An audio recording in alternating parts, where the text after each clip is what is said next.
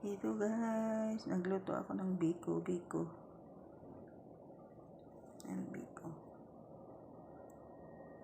Isang baso yan na niluto ko. Nilagyan ko ng gata ng nyug para mas masarap.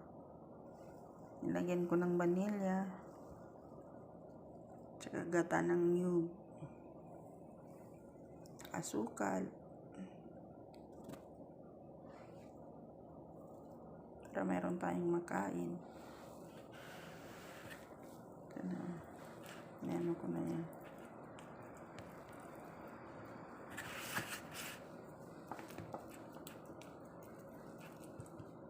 Kain tayo ng biko guys.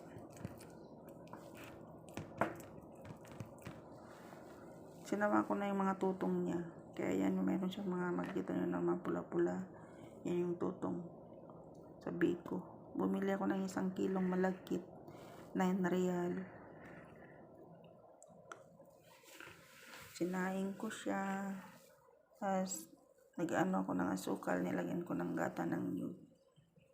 Para masarap. Yan. Thank you for watching guys. God bless everyone. Shoutout sa inyong lahat na mga sumusuporta. Yan. Bye-bye.